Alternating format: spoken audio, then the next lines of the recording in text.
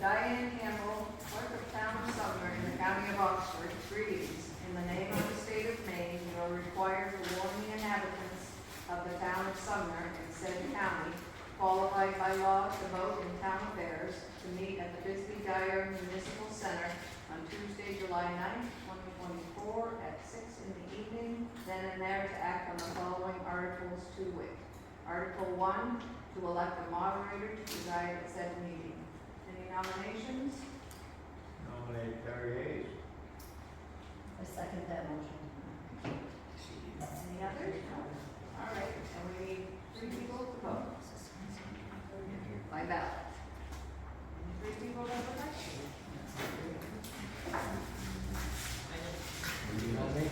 I did that vote, yes.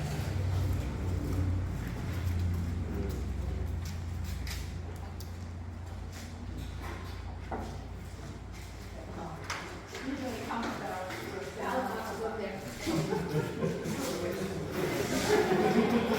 It is just going by vote.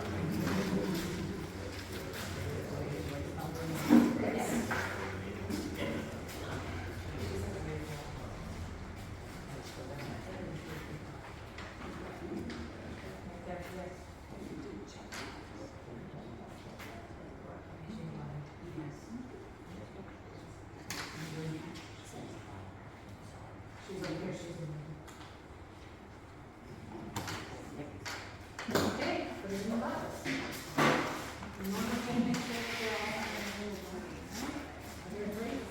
There are 3, okay?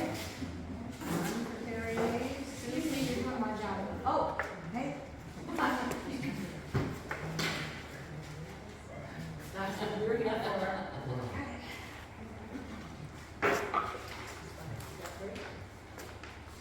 Okay, we got 3 for Terry Hayes. Yeah, this is my favorite kind of elections. May I just read this? Yep. Thank you. I, Teresa Hayes, swear that I will support the Constitution of the United States and of this state, so long as I shall continue a citizen thereof, so help me God. Teresa Hayes, swear I will faithfully discharge to the best of my abilities the duties incumbent upon me as moderator of this meeting according to the Constitution and law of the state, so help me God.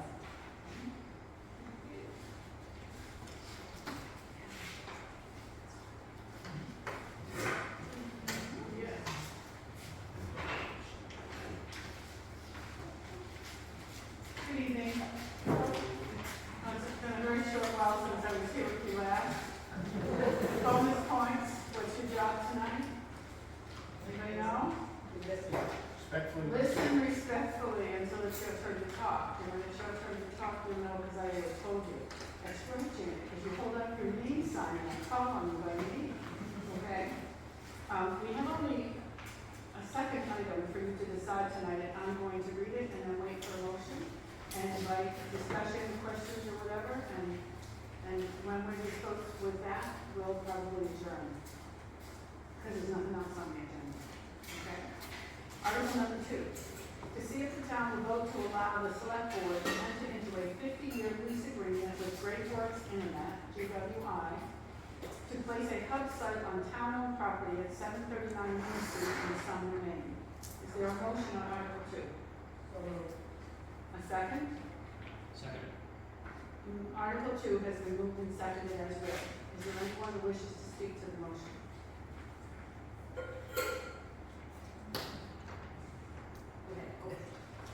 Yeah, please.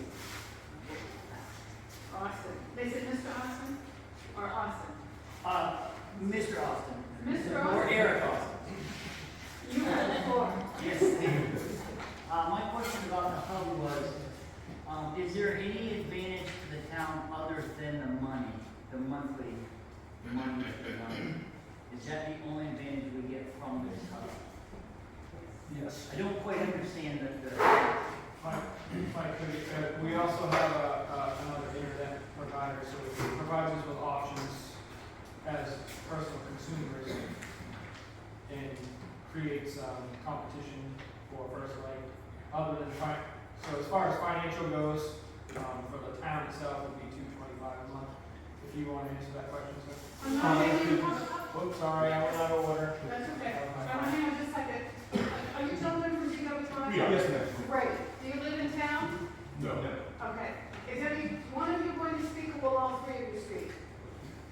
Yeah, I also see. What's your name, sir? My name is David. David. David. Yes, ma'am. I would entertain a motion to allow David to address the body. Ms. Jackson, I'll make a motion for David to address the matter. Is there a second?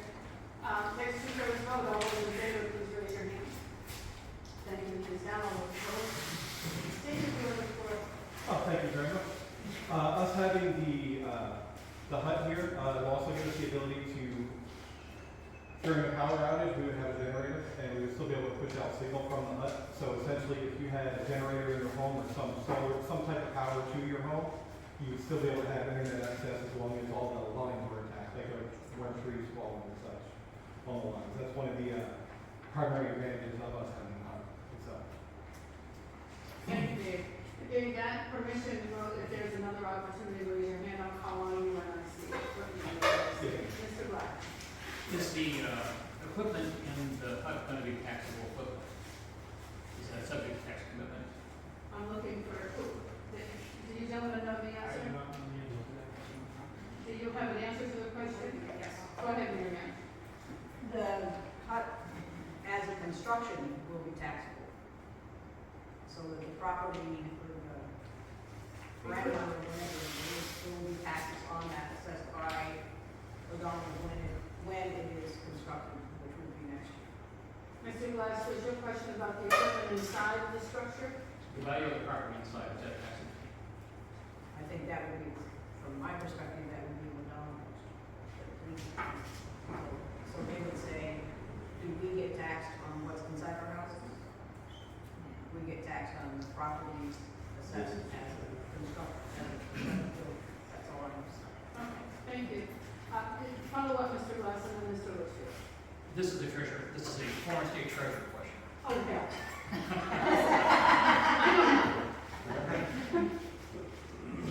Don't towns have the authority to tax commercial property, commercial assets in the municipality?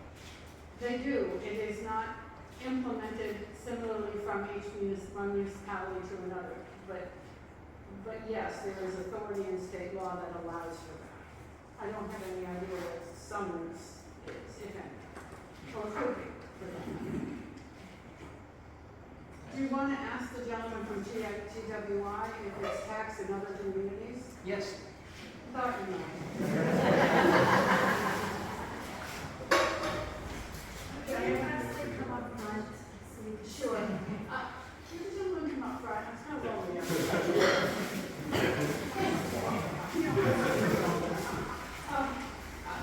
The question that Mr. Glass wanted to know was, does GWI pay business property taxes on the equipment in other communities? Yes, ma'am. Okay.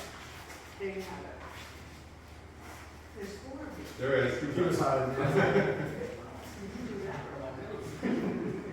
So I'm looking for others who want to speak or have questions or comments about the motion on Article 2. Mary Ann. Oh, Liz, I'm sorry, Mary Ann, my mistake. Ms. Bakersfield. I was going to. You skipped right over. It's your turn. Just a question, procedural question. So we have Article 2 note, Article 3 note, Article, They're all notes on Article 2. but they're all, okay. So I guess, Mike, so we can address any of these questions we have at this time, correct? Correct. So,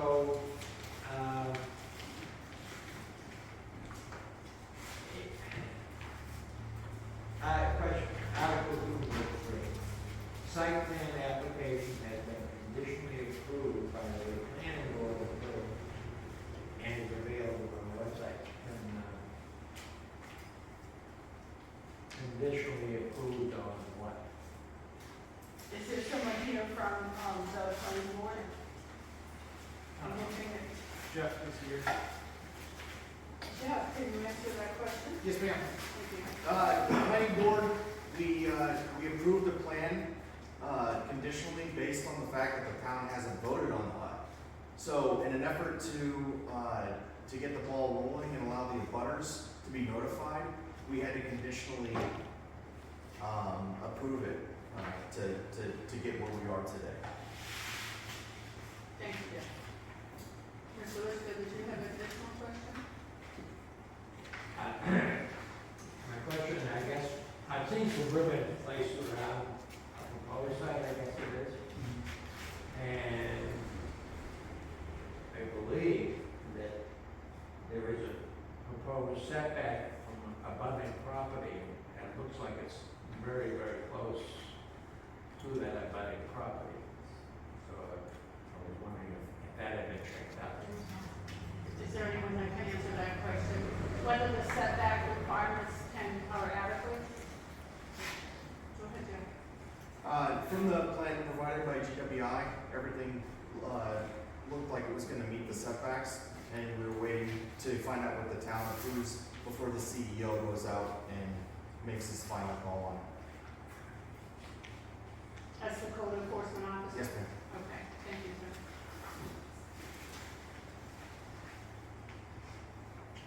Mr. Liston, Mr. Glass has another question or comment, sir? Another question, does the town know how many or what percentage of customers or residents in the town lack access to fiber now? No. Nobody has that data. Peter, Ms. Chapman. Could I address Mary Ann or? No, you can talk to me, but she'll listen. Okay. All right, so Mary Ann. Yes. When surveys had gone out in the years past, what information did those surveys contain? Mary Ann, can you answer that question? Thank you. The survey that Chris is talking about was back in 2018. And we had 32 responses from that. I have the actual surveys, and there was a significant number of people who, yes, have current internet, also interested in the potential of other options for them. So a lot of questions about whether they work from home, whether they have kids in school. So we can look at that. If there is more information that question is needed to, I can put that as well. Yes. Do you have the number of people who are working from home in 2018 prior to the pandemic? You tell me, I had 6 listed as that, and then number of children in your household who use the internet for work or education, rate of importance of internet. And am I hearing correctly, Mary Ann, that this data is all gathered in 2018? Correct. Okay. Thank you. You have the floor. So the landscape has changed significantly since 2018, and a lot of efforts around bringing high-speed internet have really been busy all over the state. And what we believe with our partnering with GWI is to provide someone with an option for internet choices. So that while we may have, I have internet through First. My option is that I could now say, I want to have internet through GWI. So unless we've signed a contract, that will provide us with a choice. And a number of GWI could answer this question in terms of what the potential, what they call drops or passes, what the rule is, that says where they could provide service. Is that a question that you'd like one of them to answer, Yes. Mary Ann? If Thank you.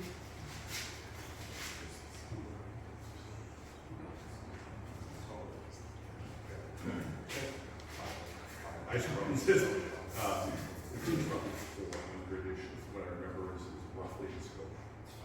So in 500. Well, that's total for the whole project is 500 now. So the 509 potentials. But that's including this bordering towns as well. Gotcha. Okay. That looks to be the potential mass pickup if they were all to sign on. Correct. Thank you. Mr. Austin. Yes, ma'am, I do have a question, to you, I guess. You're all for me, but everyone else is listening. Maybe answered by them. I don't understand a lot of the internet stuff. I think we have First Light, and they don't have a HUD here. I don't know if they have one in Buckfield, I don't know that, so why couldn't we get internet from you without your HUD, and then how does that make it better if we have the HUD here? That's my question. David, Yeah, I'm David. You're David. Yes, I'm David. This is Chris. Did I call him wrong? No, you're right, you're right. We don't need it. I should have. Yes, we can still provide internet without the HUD, and we're actually contracted through the state, we have to do it. We're just trying to create the relationship with the town, and I know it's not a lot of money, but the town gets a little bit of money from it. Otherwise, all of our equipment would be mounted on the poles, and you just see big boxes and all like that. But, like I said, with the HUD prior, the power generation is a game changer for everybody. Because like, I'm sure if you don't have power at your house, you have a generator, or something of the sort. I mean, you can go on outside, go and fill your generator, light goes on like normal, rather than just sitting there, twiddling your thumbs watching, I say VHSs, but DVDs probably. Card. That's okay, you know, right? First Light does have 2 sub sites in Sumner, as far as I know. I'm not sure what the second one is. The first one is down near Bonnie Road, right? Yeah, that's what I was saying. So apparently there's a competitor that already has local locations that help support the service. Is my understanding. Other questions or comments? Mr. Litchfield? The 50-year lease agreement, is that something that's been negotiated already, or is it something to be negotiated after the vote? It's already been negotiated. There was copies available last week at the hearing. I didn't make the meeting, I'm sorry. Yeah, so just, I mean, it's a pretty standard lease agreement, and there's contingencies in there, if something were to change with that location, or something happens with GWI and us, we can renegotiate terms and change things in the future. But it's 50 years at $225 a month. 50 years at, $225 a month. And it will go up with cost of living increases as cost of living goes up. And they'll pay the taxes on that said, once we go, it's 24 by 24, the actual plot. The building won't be 24 by 24, but they'll be paying the taxes on a 24 by 24 foot area. if in time they needed to increase the size of the building, is there something they could do without renegotiating? That would be a whole separate special town meeting. I'm looking for other hands. Mary, there is a question, the capacity of the current, of the hub you're putting in terms of, there's a word for it, like future power. Like, we know that the size of the fiber optics that goes in has capacity probably beyond what anything else of us would ever want. But, so it creates a future thinking, a future potential. So that the need is the need to renegotiate the size of the building really likely in the next few years. So that's what you want to know, is it likely, is it significant? What's it, I'm seeing no. No, yeah, no, if I may, I don't know, tell me your it's Chris. Make motion, Seven. Yes, seconded. Thank you, all in favor? There you go. No, I appreciate that. The hub that as designed right now would basically upsize capacity to handle approximately 150 times greater than what you have for county folk right now. So I mean, we have ample space capacity. Gear is only getting smaller and more power efficient, and I mean, in just one little box, we can literally power everybody in the entire town. Jeff? My 150% increase, is that like actual users, or is that more data per? I mean, Go ahead. people. So I mean, we always upsize our entire fiber design. So even right now, the way that it's currently built, we're assuming that you all want to grow, right? So we have excess capacity for additional lots that are subdivided, for people that have garages that want servicing, and that sort of thing. And we also have ample capacity in our fiber network to to support sub-developments, any other growth that may exist. Ms. Hampton? Yes, I'm one of these lucky people that work at home, and my company and the company we have right now, they're, the internet company, each say that it's the internet provider, and the internet provider says it's the company's work. I guess I don't have enough odds or whatever I'm supposed to need. Will you be giving us faster as far as that goes? Go ahead, Chris. Absolutely. So we offer, basically services 250 meg up to a gig, and we have on the docket for the future to multi-gigabit services. This is fully symmetric, so basically what we're talking about is, in general, depending on whether you have the current DSL or your fiber from the competitor, it's usually a factor of 2 to 100 times faster. And are you familiar with those Aruba boxes? Oh, Ruben networks, yeah. You guys compatible? You like, did they work good together? We have lots of enterprises that use them without any problem at all. Okay, thank you. Ms. Hampton? Come back to your thoughts on that. What's happening? I'm wondering if GWI can explain what the future expansion to neighboring towns may look like if we have this hub here versus what it might look like if we were only utilizing pole mounted, whatever you said. Gentlemen? The pole mount doesn't change the network topology or design network, right? So it doesn't limit our expansion, it doesn't do anything other than give us less reliable services to the residents, right? So the moment we move this thing to the pole, then in a power event, which is the most typical outage that any of us will experience, we have to roll somebody to plug in a generator and stay with it so it doesn't get stolen, because that happens in long-term power outages, right? So it's wildly wasteful for everybody. So that would avoid that piece. As far as expansion plans, we are a company that's focused on rural growth and development. So we will continue to push deeper into Maine wherever there's a need. Mr. Austin? I'm all set, thank you. Okay. Other questions or comments? I don't think they helped you sign up over there. I wasn't picking on you. It would have hurt more if I did. Just saying. Are there any other questions or comments? Mary Ann? As someone who has probably been kicking and pushing on somebody's back about this for over 6 years, I believe that GWI is a cooperative company, has been very flexible with what the town has needed in terms of changing and responding about fencing, raising the rate a little bit, and I think they're committed to us as a community because they started in 2020 and haven't given up on us to be able to come and offer this service, and had to go through several iterations with state and federal agencies to keep that promise that Karen Durdag started when we met with him back in 2019. So I believe supporting from my perspective, our investment in this lease agreement is an investment in our community in a way that we couldn't do if we make a move forward. Mr. Ross? Every year, we sit to the town meeting, and we bemoan the fact that it's only us folks, the residents, who are paying taxes. And so when we pass the warrant to have things done in the town, roads, or whatever else we want to do, then we're paying for it. And so that this town, in my experience, has foregone whatever opportunities we've given for any additional income, which then presses the taxes back on us. This is an opportunity. In terms of the lease, it's a modest opportunity.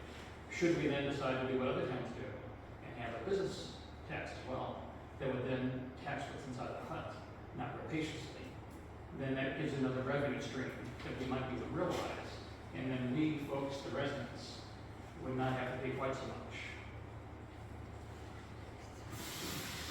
Ms. Chapman?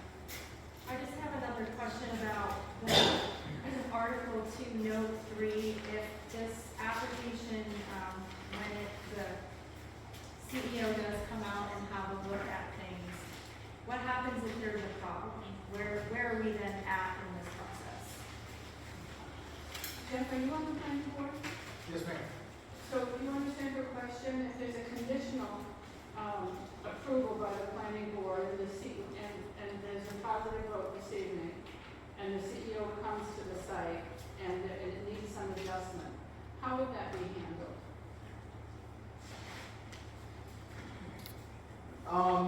I believe we would make we would have, if the CEO has a judgment that, that the hut is, in violation, whichever one it could be, we would vote to, in the planning board, to have the hut adjusted to meet the setbacks. The only point of our conditional, like I said, was just to get the ball rolling to notify abutters so we could be here today. So as I understand your answer, you're saying that the requirements that the code enforcement officer will bring to the site will be met, and the planning board is confident of that. This was a procedural piece, but if there's something that needs to change, you would in fact make sure that it was changed. Yes, and the whole point of this vote is to give the planning board the authority to grant the site plan, if the town votes for it. Thank you. And just to follow up to that, so this is a 12 by 12, but the actual piece of land has lots of room for wiggle and adjusting? Is that your question? That's my question to whoever can answer it. If there's a specific location of the building could be moved, that's what you're saying, you want to confirm? Within the property that's the town. Yeah, absolutely. Obviously, before a little bit of road work is done, we can push everywhere. The area is 24 by 24 that we proposed for you guys, and the hut itself is 10 by 10. So it takes up a very small portion of that concrete slab. And from there, the only other thing there below there is a generator and possibly a propane tank. But it can be adjusted as needed. It's not a problem.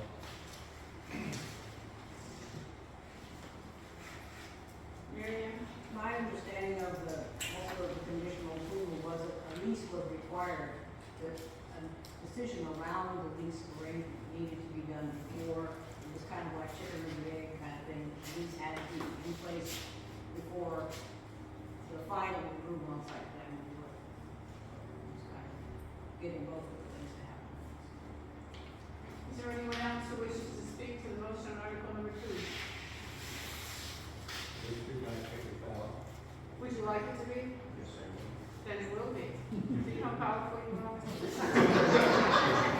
just takes one person to ask. So, as I see no other hands, it's going to be time for you to vote. You've done this before, the ballot clerks are here.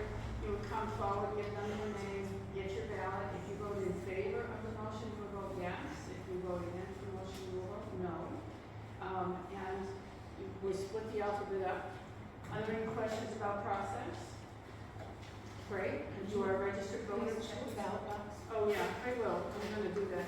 I wanna make sure that there's nothing in it. And you all can get in line.